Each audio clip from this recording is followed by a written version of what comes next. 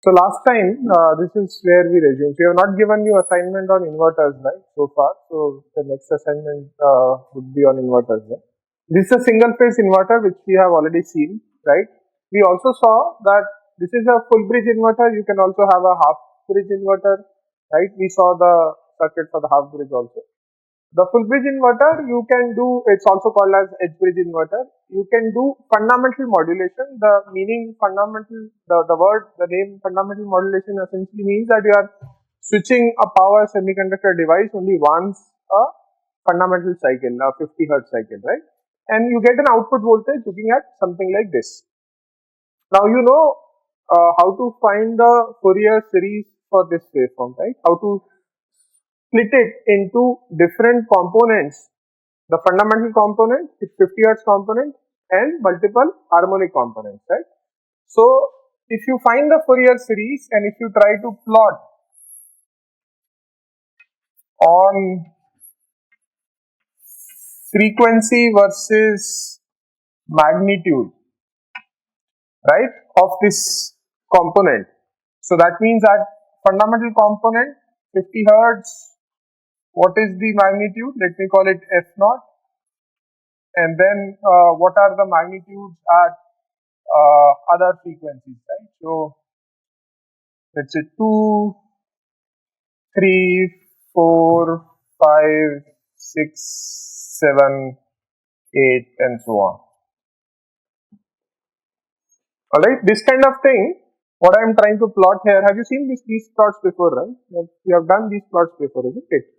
I mean, in a way, you have seen frequency versus magnitude plots before. But those frequency versus magnitude plots that you would have seen, you have done a signal systems kind of course, right? So you would have plotted, let's say, some low pass filter. What is the attenuation it would provide at different frequencies, right? Those plots you would have seen. No? Yes, you have seen, right?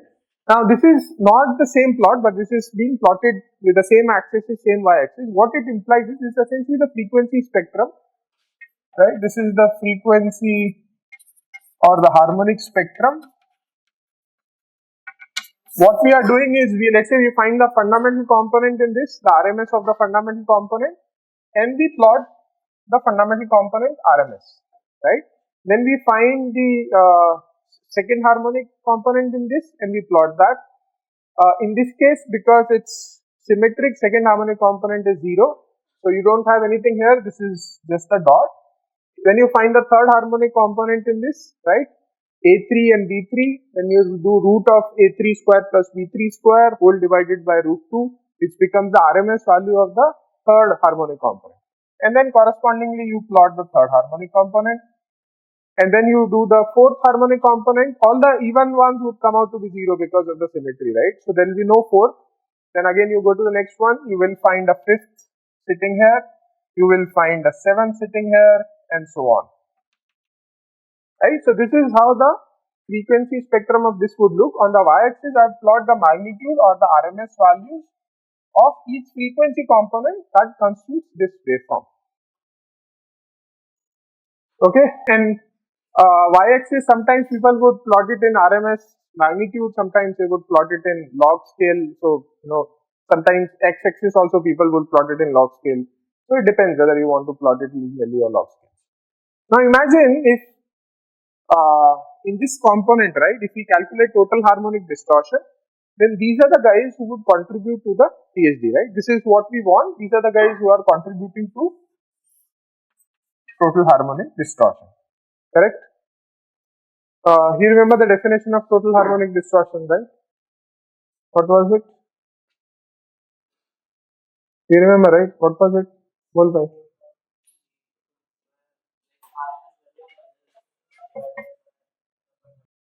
Okay, root of sigma of, let's say, V2 or Vi squared, I going from 2 to theoretically infinity divided by V1.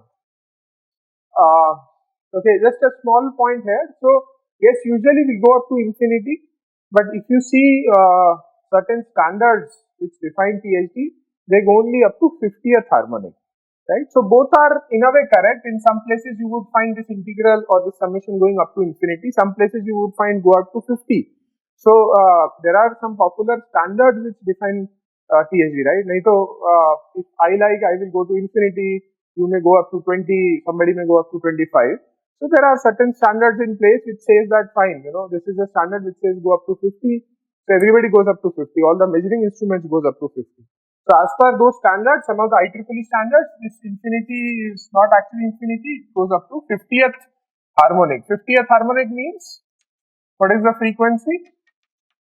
What is the frequency of 50th harmonic? 50 into 50 hertz, right? So 22.5K. Okay, anyways, coming back here, now this THD was contributed by these guys and we don't like them, right? Why don't we like them? Why don't we like this THD? Why we want, ideally, what would have been there? This would have been there, whatever length, and then all of these guys should be just 0, right? Why? What is the problem with THD? In general, what is the problem with THD in grids or in appliances? This we have already discussed partly before. Yes, so if you supply harmonic voltage to the fan, it would draw a harmonic current. The torque will be oscillatory. It will have an oscillatory torque. Okay, that is one. What else?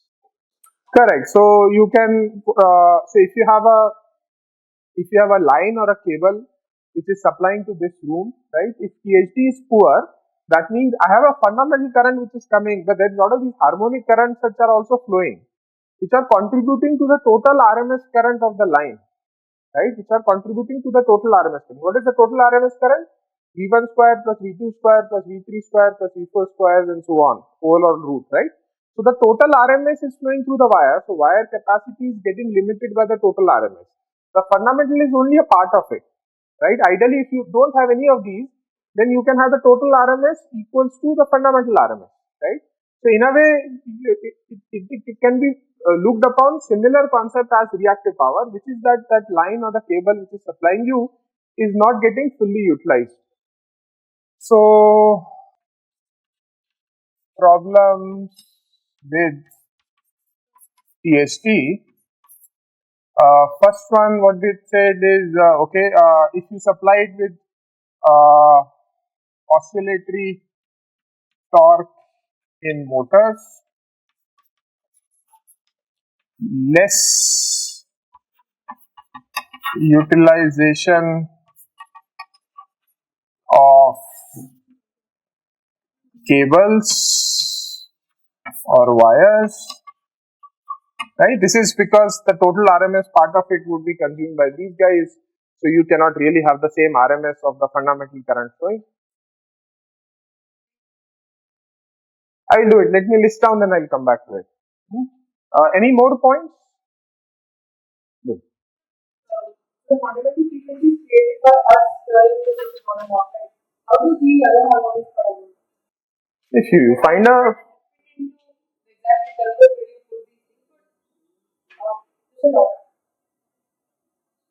I didn't get the question. I feel like we are creating the fundamental frequency, but the others are rising on the long way. Because of our actions, of course.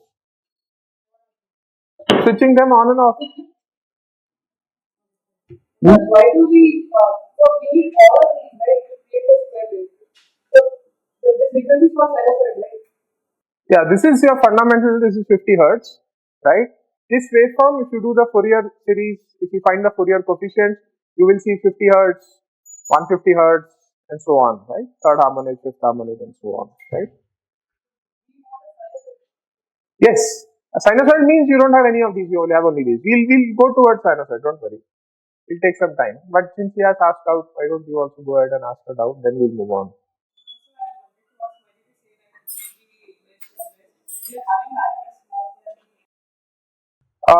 So if your cable has multiple frequency of current flowing, right?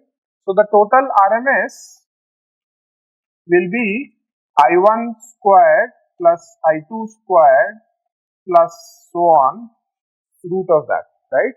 Now this is the useful component. This is the component which will actually produce meaningful torque. The others are there, but they are not useful. Very similar to reactive current, right? Very similar to reactive current. They would not contribute into real power flow, but they are occupying the capacity, because if a cable is rated for 10 ampere RMS, then it can only flow 10. Then the fundamental may be A and 2 ampere is contributed by these other guys. Or no, sorry, not 2, whatever, root of. So that means your I1 utilization is lesser. If you don't have any of these, then I1 becomes equal to IRMS. So you can go up to 10 ampere of fundamental current, right? Okay. Any other reason why we don't like THD? And here we are talking about generic, right? THD in voltage, THD in current, whatever. We just don't like any other frequencies to be present in our system other than 50 hertz, other than the fundamental, right? Any other reason you can think of? Losses, right? If these kind of currents are flowing in the cable will have I square R losses, right? If you had a fundamental current only 10 ampere, you will have, of course, I square 10, but now your output power will be corresponding to that 10 ampere, right? But now in addition to 10, if you have harmonic current also flowing, then your total RMS becomes, let's say, 12. Then your losses in the cable will be 12 square resistance, right? So if you have these harmonic currents flowing, they are causing additional losses into the cable, into the transformer, into the motor, into the fan, everywhere, right? So additional losses because of harmonics everywhere, not just in the cables but everywhere. Is that okay? Any doubt? So mainly these are the three reasons why we don't like losses leading to heating, and this could be cable, this could be motor, this could be transformer.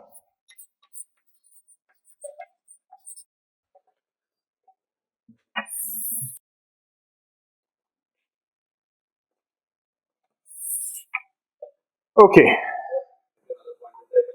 Your circuit has resonant at is equal to like a regular frequency. It cannot be resonant at another.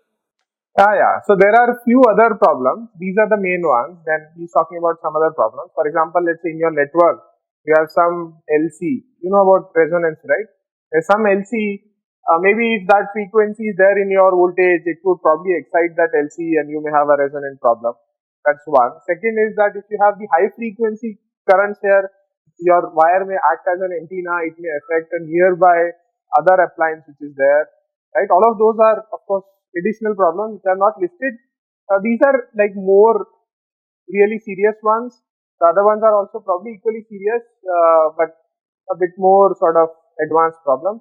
But since you have mentioned it, let me still write it for completeness. So you have 4 which could be leading to resonance.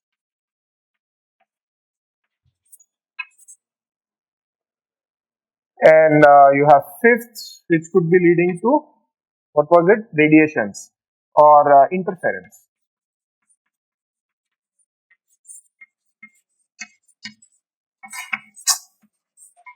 Right, interference to other appliances which are there because the wire would now act as an antenna, right? What is antenna essentially has this very high frequency, but those signals are very high frequency. Here we are, even if you take 50th harmonic, you're talking about 2.5 kilohertz, not that big, but yeah, if you're talking about frequencies getting into megahertz and higher, probably these things would also become impactful. All right. Now the question is, you have this, how do you don't want these guys, how do you remove these guys? So there are, we try a lot of different ways of removing these components. So this is fundamental, this is 3rd harmonic, this is 5th harmonic, this is 7th harmonic. How do we remove them? The first method by which we remove them is using an inductor, right? Let's say this is an inductor, this is your motor, and this is where we have connected our inverter, right? Now inverter is a combination of multiple frequencies, right, which is for the timing, let's assume fundamental and 3rd harmonic, right? So it has, you can always represent it as a series addition of multiple frequencies, right? Or this thing together is what was that square wave which we have drawn.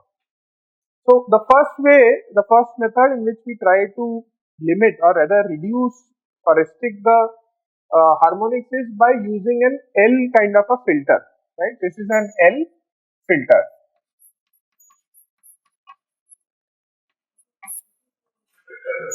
Right, we have done in signals and systems. What is impedance of, or what is the impedance of L? 1 upon, what is impedance of L?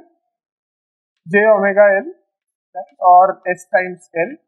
So that means if you see the current, that will be voltage divided by SL or J omega L, right? If you see what is the filter transfer function, filter transfer function in this case is equals to 1 upon SL. If you plot it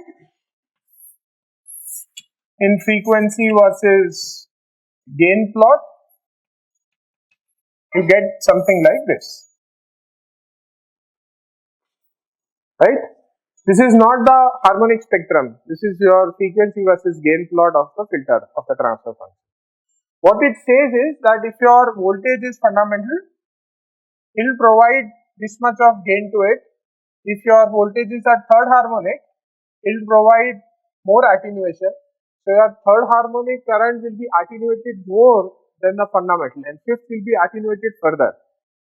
What it means is, originally if you see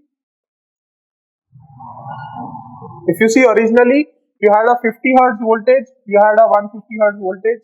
150 hertz voltage is lesser than 50 hertz voltage. Putting an L filter would lead to current flow. The 50 hertz current would be this magnitude divided by the impedance.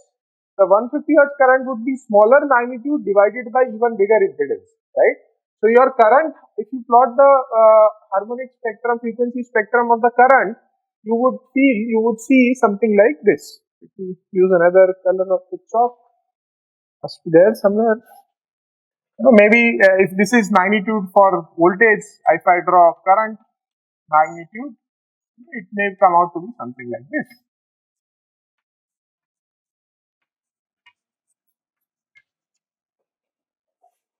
Right? I don't have any other color chalk. Yeah, go ahead. Sorry, yeah. Sorry, V over? There's no R here, no? I just thought, oh, it was there. Thank you. So I'm assuming that motor has two components. It has some inductance. In reality, it will have inductance, resistance, as well as some back EMF, right? For now, I am only considering this as a back EMF, as a source, and I'm putting an additional inductor. Of course, this inductor could be the motor inductor itself. You don't have to put an additional inductor. This could be the motor natural inductor. In that case, yes, ideally there will be some resistance also. So this would change a little bit. This plot would change a little bit. But predominantly, I wanted to show what is the impact of an inductor. If you put it in between the two sources, how it sort of helps us in filtering out, right? That's the logic of putting an inductor here. This is a motor. So what I am saying is, motor in reality would be a combination of a back EMF, some inductor, some resistance, winding resistance, right? As of now, that inductor which you see on the top, you can think of that inductor as the same inductor which is coming from the motor, right? So you don't have to put an extra inductor. But what we are studying here is what is the impact of this inductor onto the THD. So, any other question? You were saying something, same question. Oh, now I've switched. I think I'm plotting this thing. No, it should not be hyperbolic. I don't think so. This is SL, na? No, this is a linear plot. This is SL. So if I make S double, my gain will become half. It's hyperbolic.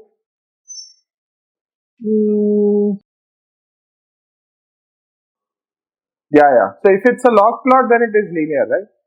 Yeah. So let's do log. So this is in dB, which is equals to, let's say, 10 log of gain. So yeah, y-axis is in log then.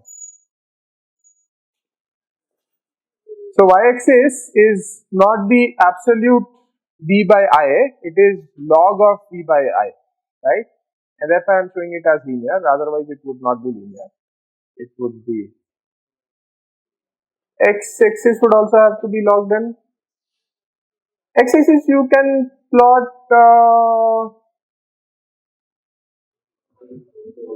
both has to be logged, yeah, okay.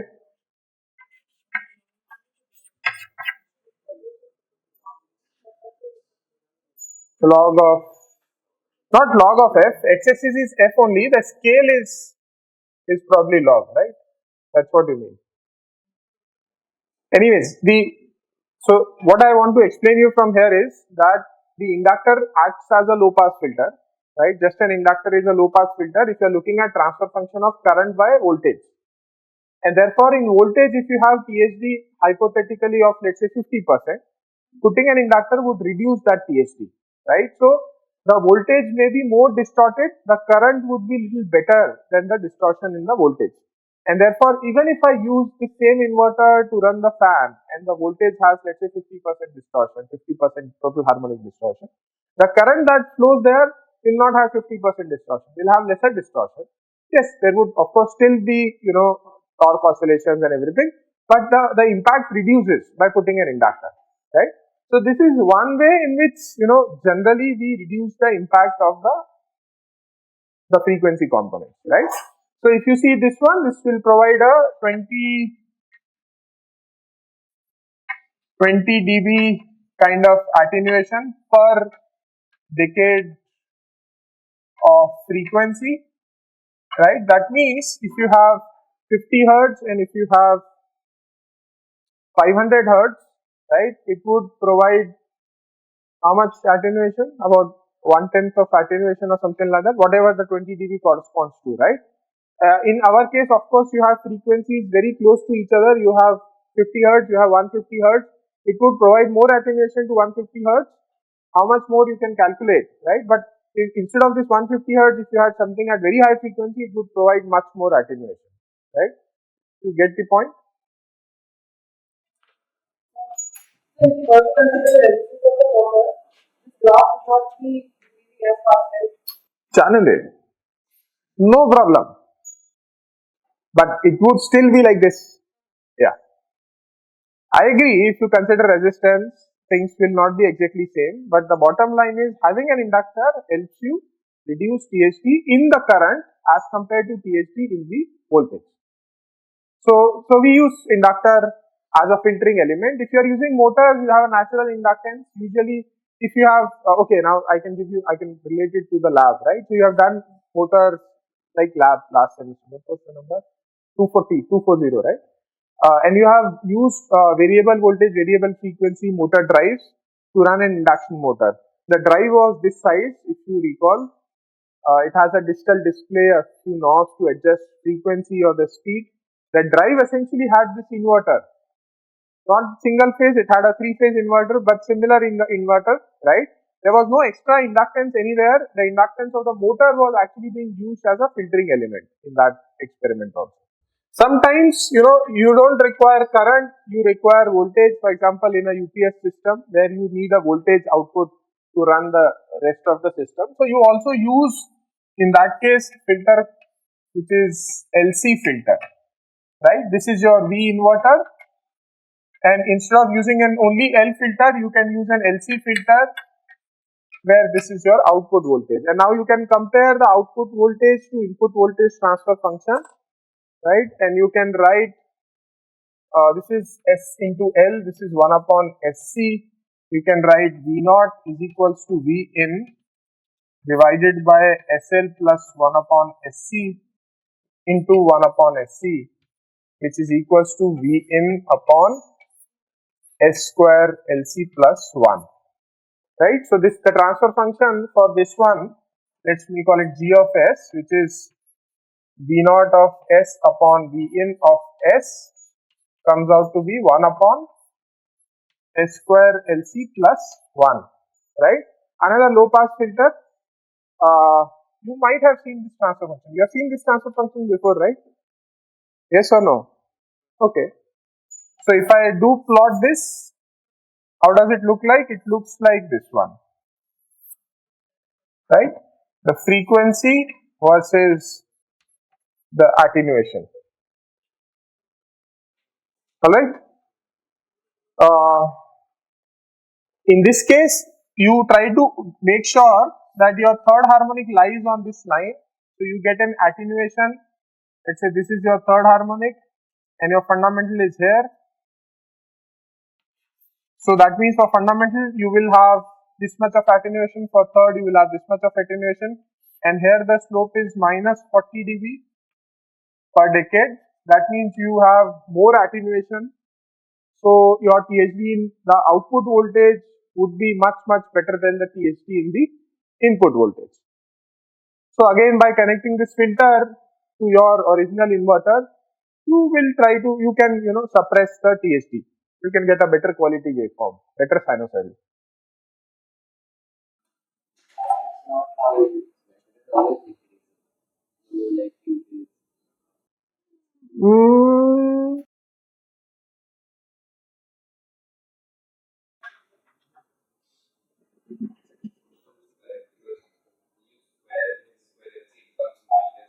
Minus j omega.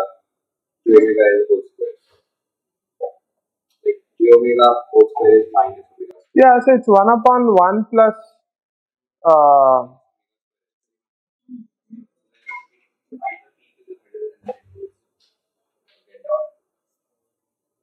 yeah, so this is how it would look like, right? Yeah. So let's not revise the signals and systems course today, but this is how the plot would look like, right? You can go back, you can check your notes again. The whole idea here is to show that this filter can give you again, attenuation. Now since you have used L, you have used C, you can use LC, you can use LCL, you can use LC, you can keep going higher and higher order.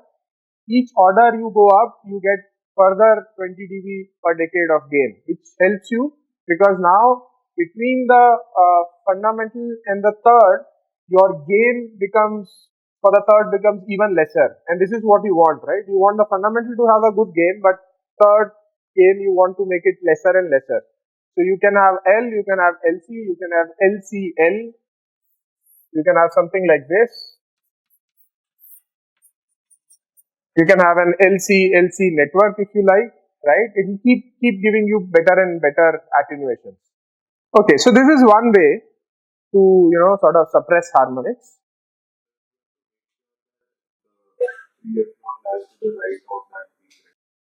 Yes, we have to make sure that. So you have to design your LC filter suitably so that 3F not definitely rise on the right of the peak. Otherwise, it would be disaster. Filter, you told that we are reducing the THD current.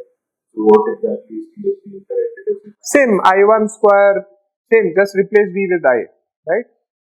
So okay, the question was that what is the THD in current, right? So the same expression as voltage, just replace all the V's with I's, that is THD in current. It doesn't increase. Whatever is the THD in voltage, that gets reduced when it leads to a current flow through the inductor. Yes. Mathematically, we know the figure of data is right because there are some but can you give some sense as to why it can increase? Where is increasing, right? Reducing. Attenuation is increasing. No, this is just resonance. This is just resonance. Usually you would have some resistance, so this resonance gets damped, right? But so this, don't look at this, just only look at the rest of the part. Any other questions? So this is one way of doing it, and this is what we do. But we are not using those LCs very appropriately. I'll tell you how. Let's say we use this LC filter, right? As we said, we want some gain on third. We want fundamental, we want it to be unity, right? So let's say you plan your fundamental here, you plan your third here. So what should be your resonance frequency, FR? Your resonance frequency, FR, which is 1 upon root LC, should be between 50 and 150, right? If you keep it 100, let's say I keep it this one equal to 100 hertz, right? Then my NLC values I have to choose so as to make sure the cutoff is at 100 hertz.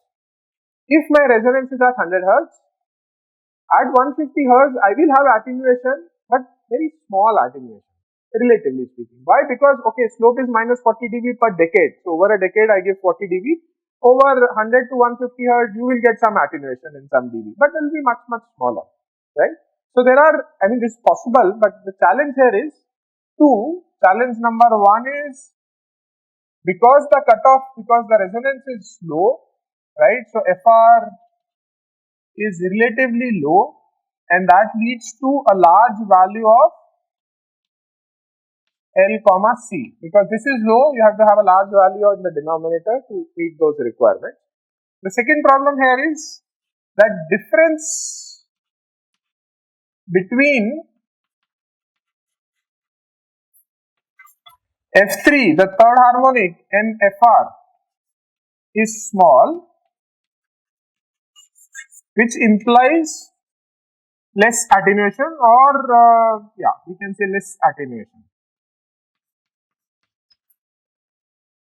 So these are two sort of problems which we would like to solve.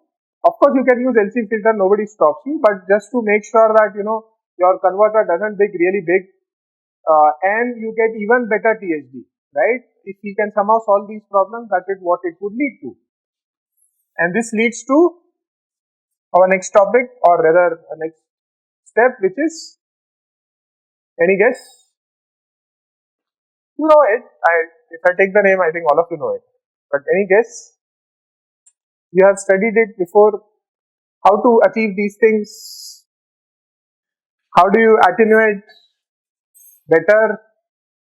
Have you heard about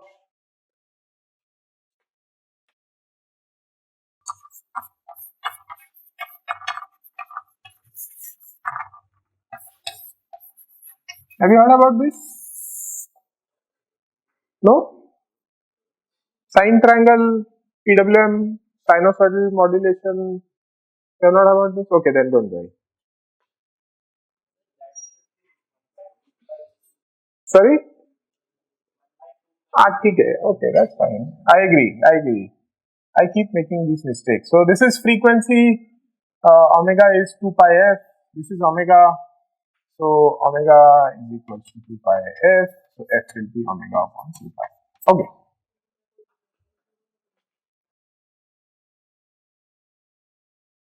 Okay, so what is sine triangle pulse width? PWM, you know what is the full form of PWM, pulse width modulation. What is sine triangle pulse width modulation? First I'll tell you what it does and then I'll explain you how it does it, right? What it does is magically the output of the inverter harmonic spectrum or the frequency spectrum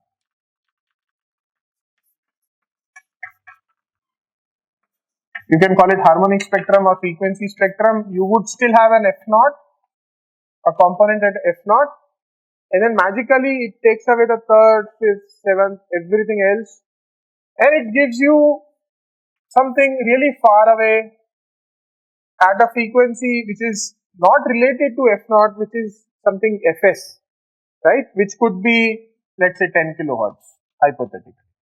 It could be anything, it could be more than that, it could be less than that, but just to say an example, it is 10 kilohertz. This is what this thing does. I'll tell you how it does it, but let's first see what it does so that you can clearly see the advantage of using this over the fundamental modulation method. So this is also a modulation method. This is the last M here stands for modulation. Right? So this is an alternative to using fundamental modulation. This is another technique. What it does is it removes all third, fifth, seventh, everything. You have a fundamental and then you get a very high frequency component, which is in this case is 10 kilohertz. If this happens, do you think these problems are then sort of solved? If this happens, do you think the problems are solved? Now you have, if you want to use LC filter, right, you want your cutoff between this guy and this guy, right, 50 hertz and 10 kilohertz. You don't have to keep your cutoff frequency at 100 hertz. You can keep it at 5 kilohertz, 4 kilohertz. Your L and C values will become substantially lower.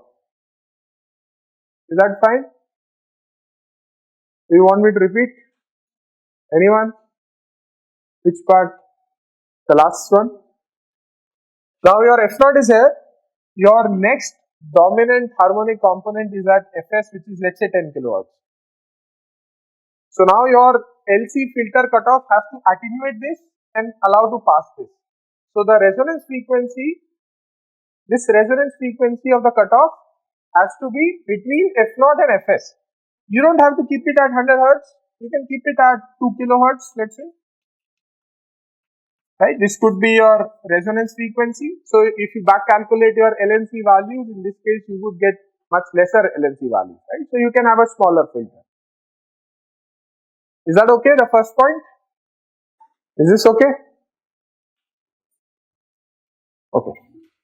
The second advantage or the second problem which we are facing is that if you had the filter, it was minus 40 dB per decade, but you wanted to have one gain to the fundamental and you wanted to attenuate the third harmonic, which is 150 hertz. So 50, 150, there was no gap, right? So the attenuation was not substantial. Here, you start from 50, you have one decade going to 500, you have second decade going to 5,000, and then a little bit more than that, up to 10,000.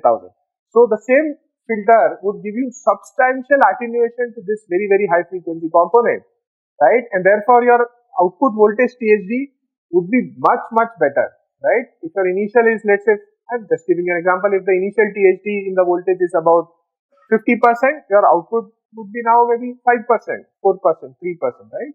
You'll get almost good sinusoidal, right? You cannot differentiate it just by looking at the sinusoidal. Of course, you have to define the sinusoidal closeness to the sine wave by THD. So it solves the first problem, it solves the second problem. Is that okay? You still use those filters. It's not that you get rid of those filters, but you can make them much smaller and they become much more effective. Any question on this? Then I'll explain you how you do this, but any questions? Okay. How do we do this now? Let me guess. First, let me bring this to the center. Before we get into this, let me give you an example. And for example, I can just erase something from previous. Do you remember DC to DC, right? Buck converter.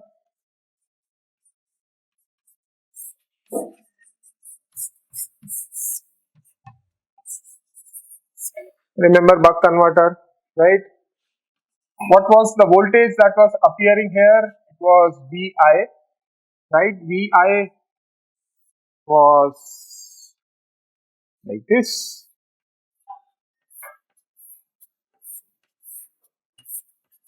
And so on, right? This is how the VI was. What was the frequency of this square wave? Switching frequency, Fs, right? And it has an average DC component, right?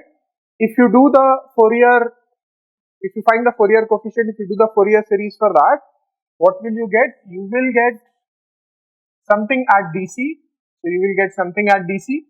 And then what is the next dominant component here? Fs, because your switching is at Fs, right? You will get Fs, and then you may get 3 times Fs, you may get 5 times Fs, and so on, but nothing in between. Is that okay? Is this convincing, not convincing? Yeah, they'll be far away, that's fine. Yeah, I don't have the space, otherwise I could have plotted. Okay. What he's saying is, how can you plot 3 times Fs so nearby? So let me now try to plot for this. Okay. Roughly here, little lesser in magnitude, and yeah, 5 I would probably skip. So you have something like this. Any doubt? Who? This guy? No, but he corrected us. No, that's fine. Nothing wrong. This gives a better picture. Now you can imagine how much attenuation you will get there. Right? You can visualize. Okay, jokes apart, coming back. All of you understand this point. We are going to use the same concept for our sine triangle modulation. Right? What we will do is we will have this high frequency carrier which would give us these very high frequencies. And here we have a DC modulation, DC reference. How do we generated this? Using a comparator with a carrier, triangular and a constant DC, right? How we generated it using a carrier, a DC value and a high frequency carrier, right? Instead of DC, you don't want DC now, you're talking about inverters. Instead of DC, you will have 50 Hertz AC. So this guy will come and shift here and rest will remain the same as carrier, right? This is just sort of how we do it. I'll draw it in more detail now. But what we're going to do is, instead of keeping the reference value of constant DC, we will now change it at 50 Hertz and we will have a carrier of very high frequency. So because of this, the DC component was coming, which will shift to the fundamental, and because of this high frequency carrier coming, which would remain the same. So this could lead to what we wanted to achieve, which is one component at F0 and then a component at very, very high frequency. Let me draw it and then still, if you have any questions, I will be happy to take it. Let me just draw this thing what we are talking about now.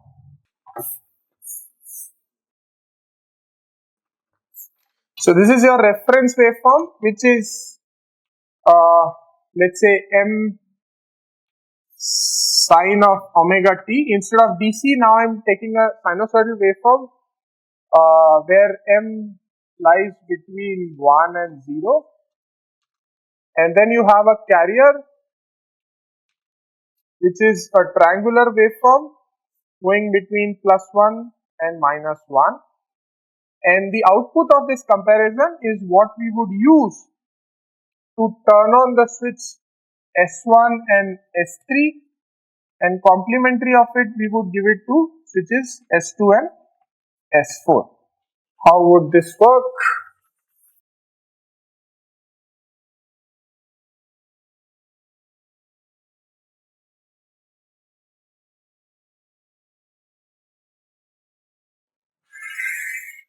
Okay, let me just focus on one full triangle. So going from here to here.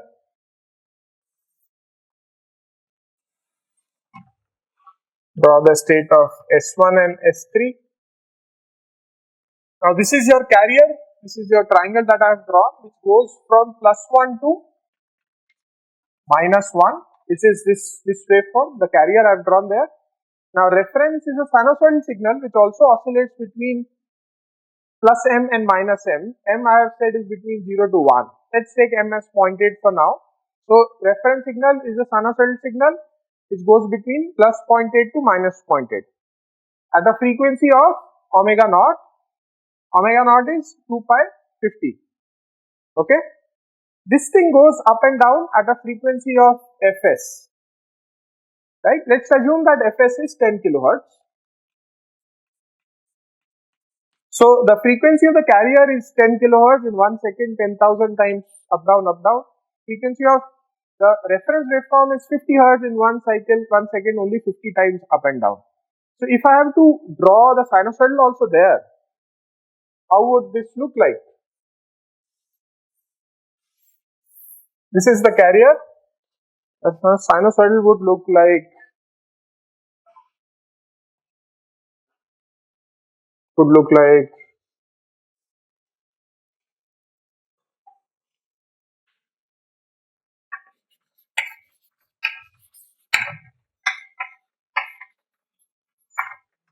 is that okay? Is that fine? Not fine? Last. क्या दिख रहा है phone में? आधा Can sit here. Have a space. Is this okay? Any doubts so far? Yeah. So the blue one which I have drawn is not DC, it's AC, but AC changing at a very, very low frequency, and therefore the time axis which I have drawn, you can hardly see it changing. Is that fine? have a reference in sine omega naught t, why not just use set of transformer and So this is a signal. This is a signal. This is a line which you have written in your microcontroller, m sine omega t. This is a signal. This is not power. We will connect it to power. It leads to turning on of those switches and then it converts to power. Yes. But so far, this comparison, this waveforms, the reference, all these are signals. These are not power. These are not like huge voltages or current. These are just signals. So in reality, inverter will not give you this n sin omega t. I agree. What he's saying is that look, if you have 0.5 volt sin omega t, somehow you connect a transformer, make it to 30 volt. Why do you even need that inverter, right? But this is just a signal. This is, you have written a line in microcontroller. There's nothing more than that. Okay, is this fine? So if you see one carrier, right? If I take this as the window, and if I just focus on one carrier, my reference signal is almost constant, right? From there I can say S1 and S3. So S1 and S3 will be on in this duration and then they will be on in this duration. Is that okay? This was S1 and S3. So S1 and S3 will be on here and off here. Because in this region your reference is more than the triangle, in this region your reference is more than the triangle. Whenever reference is more than the triangle, S1, S3 will turn on. Of course, S2, S4 are complementary to these. Is that okay?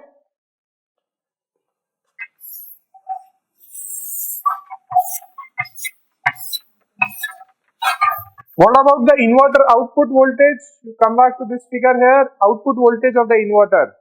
If your S1 and S3, oh sorry, S1. No, I want, this is supposed to be S3, the way I have drawn it. Okay. So if S1 and S3 are on, right, what is the output voltage? If S1 and S3 are on, what is the output voltage equals to? If S1 and S3 are on, output voltage is equals to? Plus VDC ना, मैंने यहाँ plus बनाया minus बनाया ना. If S1 is on, this point gets connected to plus VDC, this point gets connected to minus VDC. So V0 is plus VDC. So output voltage is plus VDC. And when they are off, then S1 and S3 is off and S2 and S4 are on. What is the voltage equals to? When S2 and S4 are on, what is the output voltage equals to? Minus VDC, and then again plus VDC. This is how your output voltage would look like, right? It looks like a trail of pulses, right? Plus VDC, minus VDC, plus VDC, minus VDC. Is that fine?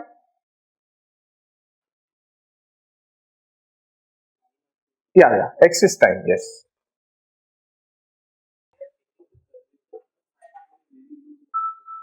Yes, because the frequency of the sine is much lower than the frequency of the carrier. It's very, very low. I agree, but it's like really low. I agree, when you go towards zero crossing, your slope of the sinusoidal will become more, but it will not become very high because your frequency difference is substantial, 50 and let's say 1 kilohertz. It's 200 times.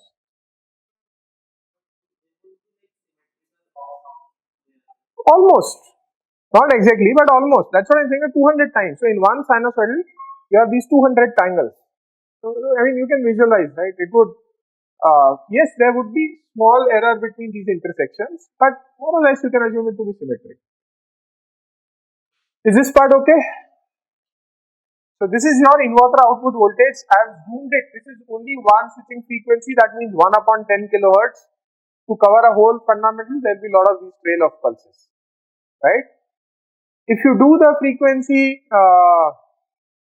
series coefficients of this trail of pulses, you would get what you wanted to get, which is a fundamental and a switching frequency, and then of course the fifth and the other of the switching frequency. Right, so this is what leads us to this spectrum. Now question is, why should you trust me that this is what leads us to this spectrum? So you have multiple options. You can go back, you can try to apply the Fourier series, you can try to find the coefficients yourself. That is one way. Second way is you can do, you know MATLAB Simulink? Some of you know MATLAB Simulink? How many of you know MATLAB Simulink or MATLAB? Few of you. So MATLAB Simulink is a software which is a circuit simulator, right? You can have a comparator there, you can have these signals there, and you can connect these outputs to the inverter, and it has its inbuilt Fourier series. It can calculate the Fourier coefficients. You don't have to do it with your hand, and it can give you this plot, frequency spectrum plot, and there you can see that this is how it looks like. This MATLAB Simulink you can install. It's on the CC website. You will get all the resources. I think Institute has a license for that. So you can do that. What I can do is, if maybe we can create a small video for this one, right? Ankit, ask some TA to do that. So we'll make a small video, not of the installation process, but just quickly creating this simulation file and then running it and seeing the results, right? In fast forward mode or whatever, right? So in 2-3 minutes of small clip which shows that. Okay, now go ahead. Yes.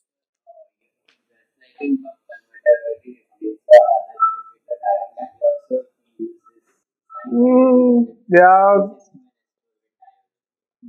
In this case, we cannot, because in DC case the current was only unidirectional. Here the current will also come back.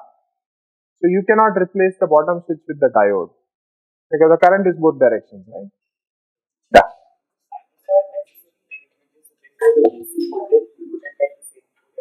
Yeah, if you replace it with DC instead of sinusoid, this guy here will give you an output voltage which will have DC component and high frequency component. So if you filter it out, you will get a DC output. So it is a new DC to DC converter. You can operate it as a DC to DC converter. Nobody will stop you. You put a filter, LC filter output of this. You give a reference as DC. Your input will be, let's say 400. You will get output 200. It's a DC to DC buck converter. That's it. Any other question? Yeah. This is just one snapshot, right? So if we take another snapshot, the reference would have come down. Yeah. So this S1, S3 graph will continuously be changing. Yes. Yes. So, I mean, like if you can imagine, these are some widths, right? If you keep moving on that side, these widths will start reducing, right? When this guy is crossing 0, your positive and the negative width would be equal. So the average of in that cycle would be 0. And then again it will go negative, so the negative part will become bigger. So these widths will keep adjusting as you move in time axis. So therefore doing the Fourier series is going to be not that straightforward. It's going to be tricky. There are, of course, if you really want to do it, there is a book which out of syllabus, but there's book by Lippo and Holmes, right? There's book by Lippo and Holmes, where they have done all the detailed derivation of these kind of waveforms, right? You can refer to that, but you can always, just see that simulation, and that would also give you some confidence into what happens. Any more questions? What is instead of switching between plus VDC and minus VDC, and the sign output is supposed to be positively switched between plus VDC and 0, and then the sign output is supposed to be negatively switched between 0 and minus. No, I didn't understand the question. So like in PWM, what we are currently doing is we are switching between plus VDC and minus VDC. So instead, what we could do is when we want the output, the waveform, the positive part of that waveform, we can switch between plus and 0. Yeah, you can do that. What he's saying is, as of now, you're switching between plus and negative, right? So plus VDC or minus VDC. You remember that this had 4 states, 2 0 states and 2 active states. You can switch between plus and 0 also. That is also possible. That is called as unipolar modulation. This is called as bipolar modulation. But we'll not go into that part now. Maybe in some later course we'll focus more on that. There is some, of course, there is an advantage, right? But we'll not do it now. If you want, we can discuss it after the lecture. Let's not get distracted. So this is this sort of works. The other one is a little better than this. Okay, now coming back to this one, an exercise for you. Derive this expression, which is the output voltage average over a switching period is equals to m times VDC sine of omega naught t. Is it visible? The blue chalk is visible at the back? Not visible? Not so much. Derive average value of V0 over Ts is equals to m times VDC times sine omega naught t. So this is m sine omega t is your reference here, right? Is that okay? So all of you should go back and try to derive it from basic geometry. How will you derive it? You know this plus 1 minus 1. You know at any instant this value is m sine omega t. Let me call this is as x, right? Because I can assume x is constant over a switching period. You can find what is the duration of these, what is the duration of these. You can find the output voltage. You know the durations. You can find the average. You will get x times VDC, which would indirectly be m times VDC into sine omega naught t, right? These are the steps. Should all go back and derive it. We can put it in an assignment question also on this, right? This should also give you a little bit of confidence that this, if you do the Fourier series, it will have fundamental and it will have very high frequency, because we have done averaging over very high frequency and we only got fundamental. We didn't get any third harmonic or fifth harmonic in this expression. So this should also give you confidence that yes, this waveform would lead to this kind of harmonic spectrum or Fourier series spectrum. Good question. Anyone, what is VDC? What is VDC? You got, now you can.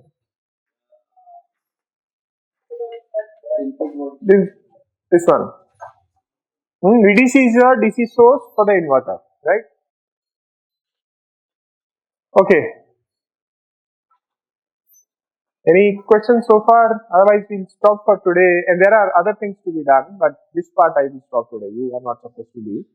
But any doubt? We'll just quickly solve the midterm question paper, right? The regular PWM, you had some waveform which would have like a one state, a zero state, and a minus one state. This only has a one and a minus. Yeah. Okay. Yeah. Okay, I think you are saying the same question which this guy also said. We can do that way also, which has a different name, which is called as unipolar modulation. Little bit different. Basic principle remains the same, slight different. If you want to learn more about that, you can either discuss later or you can just Google unipolar modulation. What we are doing here is precisely called as bipolar modulation, because in each cycle you have plus V and minus V, right? Okay, any question? This question is what happens if your Vref is DC, right? If your Vref is DC, then you have DC here, so you have a DC here, right? So this waveform, every switching cycle will have the same average, and which would be equals to VDC times M, because now there is no sine component, right? So if you put a low pass filter here, you will get a DC value at the output, right? It will act as a DC to DC buck converter. Is that okay? Okay, any more questions? You get the spectrum of output that we have because in this case your reference is only sinusoidal. Okay, so his question is that this spectrum which we see, it doesn't have any DC component, right? It has only AC components. So if you take the average, you should get 0. But I'm not taking average over a fundamental cycle. I'm taking average over a switching cycle, over TS. Right? So I am not taking an average with this as the cutoff. I'm taking an average with this as the cutoff. Of course, you take an average with this as a cutoff, you will get 0. There's nothing here. But if you take average as this as the cutoff, you will get the fundamental component. It's like averaging means we are not averaging over a fundamental cycle or only averaging over each TS. Of course, if you average over fundamental cycle, you will get 0. You can check. Okay, let's pause here. We can continue the questions next time on this. Just remember, this is called as sine triangle PWM. Why sine triangle? Because there's a sine, there's a triangle, right? You can also abbreviate it as SPWM. Okay, that's sine PWM or sine triangle PWM.